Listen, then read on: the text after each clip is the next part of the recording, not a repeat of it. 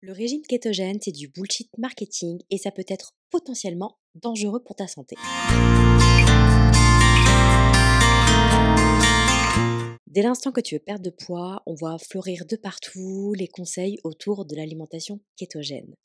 Mais qu'est-ce que l'alimentation kétogène et surtout, est-ce réellement bénéfique dans le cadre de la perte de poids? Spoiler alerte, ce n'est pas du tout la solution miracle pour la perte de poids que l'on essaye de te vendre. Au contraire, c'est du marketing bien emballé qui peut avoir des risques pour ta santé. On va voir tout ça. Mais d'abord, qu'est-ce que l'alimentation kétogène? C'est une alimentation qui est extrêmement pauvre en glucides, en général moins de 50 grammes par jour, ce qui correspond à une banane ou 2 tranches de pain par jour maximum. Pour contrebalancer, tu augmentes très fortement ta consommation de lipides ainsi qu'un peu de protéines.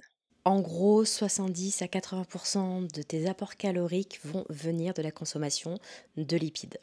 L'objectif est simple, forcer ton corps, ton métabolisme à rentrer en cétose. Il s'agit d'un état métabolique dans lequel ton corps va aller puiser son énergie non pas dans les sucres, mais dans les graisses en produisant ce qu'on appelle des corps cétoniques. En gros, tu transformes ton organisme à machine à brûler du gras, du moins sur le papier. Et c'est là que le marketing s'emballe. On te promet monts et merveilles, une perte de poids rapide et durable, une meilleure concentration, une meilleure performance sportive, une régulation des fringales. Sauf que c'est pas si simple. Tu l'auras compris, je suis très sceptique, voire carrément totalement opposée à l'alimentation kétogène et je vais t'expliquer pourquoi. Premier point très important, ton cerveau a besoin de glucides pour fonctionner. Environ 120 grammes par jour. Avec le régime kétogène, il n'y en a plus que 50, voire moins. C'est ça qui force ton organisme à rentrer dans ce qu'on appelle la cétose. Sauf que ce n'est pas un état normal, c'est une réponse face à un stress, c'est un état de survie. Ce n'est pas un mode de fonctionnement normal. En gros, tu remplaces le carburant principal de ton cerveau par un système de survie. Ce n'est pas magique, c'est de la survie. Et quand le cerveau manque de carburant, les résultats sont pas très ouf.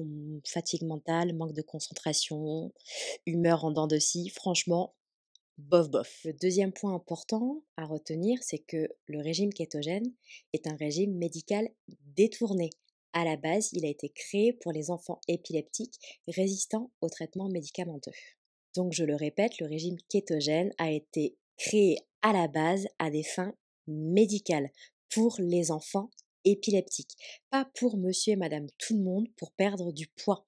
On te le vend comme une solution miracle, alors que c'est un protocole médical qui est censé être encadré médicalement. Ça me fait penser à ces personnes qui se posent des capteurs de glycémie sans être diabétiques ni résistants à l'insuline pour un petit peu enrichir leur culture de la peur des glucides. Je pense que tu vois de qui je veux parler. Les 2 premiers points t'ont fait tiquer, le troisième va te faire bondir. Dans l'alimentation kétogène, je l'ai dit, tu n'as droit qu'à 50 grammes de glucides dans la journée. Ce qui fait que beaucoup d'aliments trop glucidiques sont exclus. Que retrouve-t-on parmi ces aliments exclus? Les fruits. Bah oui, dis adieu à ta banane et à ta pomme, il y a beaucoup trop de glucides à l'intérieur. Idem pour une très grande partie des légumes. Tous les légumes racines, tu peux leur dire non. Les carottes, les panais. Non, non, tu oublies. Pareil pour tout ce qui est courge. La courge, le potiron, le potimarron. Non, tu oublies. Il y a trop de glucides à l'intérieur.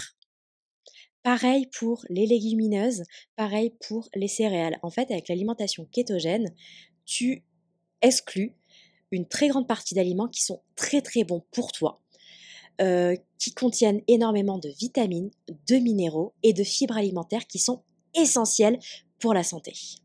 Avec l'alimentation kétogène, tu peux dire bonjour aux carences, à la constipation et à un microbiote en PLS parce que oui, ta santé digestive va en prendre un sacré coup. Quatrième point, l'alimentation kétogène augmente les risques pour ta santé cardiovasculaire.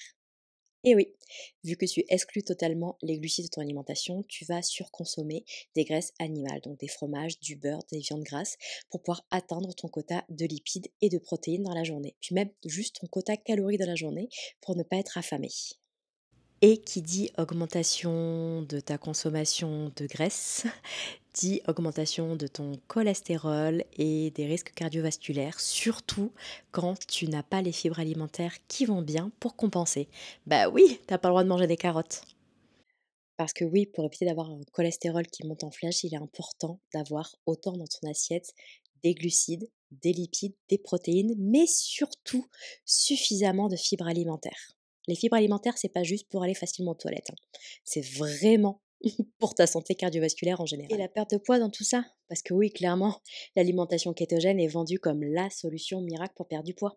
J'ai de mauvaises nouvelles pour toi. Tu vas essentiellement perdre de l'eau. Tout simplement parce que l'alimentation kétogène, en réduisant les glucides, va vider tes réserves de glycogène et avec elle de l'eau. Donc oui, si tu fais beaucoup de rétention d'eau, ça peut être un bon plan. Mais je crois que ce que tu vises, c'est surtout la perte de masse grasse. Peu que tu perdes du poids parce que tu vas rentrer en déficit calorique, que tu vas rentrer dans un cercle vertueux où tu vas faire un petit peu plus attention à ce que tu manges, tu vas aller faire du sport et compagnie, et ça va enclencher un processus de perte de poids. Franchement, tant mieux pour toi. Mais surtout à quel prix? Parce que comme je l'ai dit juste avant, tu réduis énormément le champ des possibles en termes de légumes, tu t'interdis les fruits, et tu vas manger beaucoup de gras et de protéines. C'est pas du tout bon, ni pour tes reins, ni pour ta santé cardiovasculaire. Donc perdre du poids, oui, mais à quel prix? Et le sport dans tout ça? Bah clairement, l'alimentation kétogène est une fausse bonne idée. On te promet une meilleure utilisation des filières énergétiques, notamment celles utilisant les graisses pour produire de l'énergie dans le cadre de ton effort. Et donc ainsi, tu aurais une réserve, infinie d'énergie puisque le gras a beaucoup plus de calories et d'énergie que les glucides. Mais, c'est pas comme ça que ça fonctionne. Donc oui, effectivement, avoir de la matière grasse, ça permet d'avoir une réserve, assez colossale d'énergie. Sauf que quand tu es en plein effort, ce dont tu as besoin, c'est surtout des glucides, une source d'énergie rapide, facilement digérable et qui va rapidement faire son effet. Quand tu pratiques un sport d'endurance, au hasard le triathlon, hem, ou la course à pied ou le vélo, tu as besoin de glucides, en fait, tout simplement pour fonctionner pendant ton effort. Quand tes réserves de glycogène sont vides, ton organisme, il va pas aller taper dans tes réserves, il va dire: Mayday, mayday, je suis en galère, on arrête tout». Voilà, c'est le moment où tu auras des jambes de bois, tu auras, une énergie en chute libre, un manque de concentration aussi, tu ne seras plus lucide dans ton effort, tu auras une très, très grosse fringale, prêt à défoncer tout ce qui tombe sous la main. Donc clairement, avoir des réserves de glycogène nulles alors que tu fais des sports d'endurance, c'est une très, très mauvaise idée. Les glucides ne sont pas l'ennemi du sportif. Bien au contraire, c'est le carburant principal. Surtout quand tu n'es plus en endurance, que tu commences à taper un petit peu au niveau du cardio, de la puissance et de la vitesse, tu vois. Quand en endurance encore, tu peux aller taper facilement dans tes réserves. L'effort est suffisamment doux, entre guillemets, pour que ton organisme puisse enclencher ce qui va bien pour, aller chercher les gras. D'ailleurs, c'est pour ça qu'on te dit de faire de la zone 2 pour perdre du poids. Voilà, je dis ça, je dis rien. Mais dès l'instant où tu sors de la zone 2, tu as besoin de glucides. Dès l'instant où tu commences à faire du très long, tu as besoin de glucides pour tenir. C'est non négociable. Idem pour les sports de force, le manque de glucides réduit ta force, réduit tes performances, réduit ta congestion. C'est pas pour rien que les bodybuilders, alors j'ai peut-être un doute sur la catégorie, mais les gens bien musclés qui défilent en maillot de bain, sur scène pour montrer leurs muscles, c'est pas pour rien qu'ils font une sèche et que juste avant de passer sur scène, ils se remettent à manger des glucides, hein. C'est pour que le muscle, il paraisse plus gros. Donc clairement, voilà, les glucides, je le répète, ne sont pas l'ennemi du sportif. Dernier point concernant l'alimentation kétogène, comme si les précédents n'étaient pas suffisants pour te convaincre à quel point c'est du bullshit marketing. Heu, c'est pas viable au quotidien. Tu fais comment pour sortir au resto avec tes amis? Tu fais comment juste pour vivre et t'amuser de temps en temps? Enfin, l'alimentation kétogène induit beaucoup trop de restrictions pour que ce soit sain mentalement. C'est un piège à TCA, clairement, parce que tu en viens à diaboliser les glucides sous toutes ces formes, alors qu'il y a une très grande différence entre le sucre blanc que tu vas trouver dans les bonbons, le soda, ce genre de choses, et les glucides que tu vas trouver dans des pâtes complètes, des légumes ou des fruits. Vraiment, il y a un monde entre les deux. Il faut apprendre à différencier les deux. Voilà. et ne pas avoir peur des glucides. Le glucide des pâtes pour faire du sport, ça n'a rien à voir avec les bonbons. Quoique j'en connais quand même qui consomment des bonbons sur leur vélo. Apparemment, c'est une bonne source, c'est un bon ravito. Bon, je j'ai jamais essayé, mais vraiment, il faut différencier les 2 et ne pas avoir peur des glucides. Les glucides, ce n'est pas le diable. Je le répète, malgré ce qu'on peut entendre sur les réseaux sociaux, ce n'est pas le diable. Imagine à quel point on t'a matrixé pour que tu en viennes à exclure les carottes, les kiwis, les pommes, les courges de ton alimentation parce qu'il y a trop de glucides dedans. Est-ce que tu t'en rends compte? C'est un non-sens nutritionnel. C'est hallucinant en fait. Et du coup, vu qu'une personne avec une alimentation kétogène a de grandes chances d'être carencée, les gourous du kétogène te vendent tout un tas de compléments alimentaires pour combattre ces fameuses carences. Carences que tu n'aurais pas si tu mangeais tout simplement les fruits et légumes existants. Voilà, je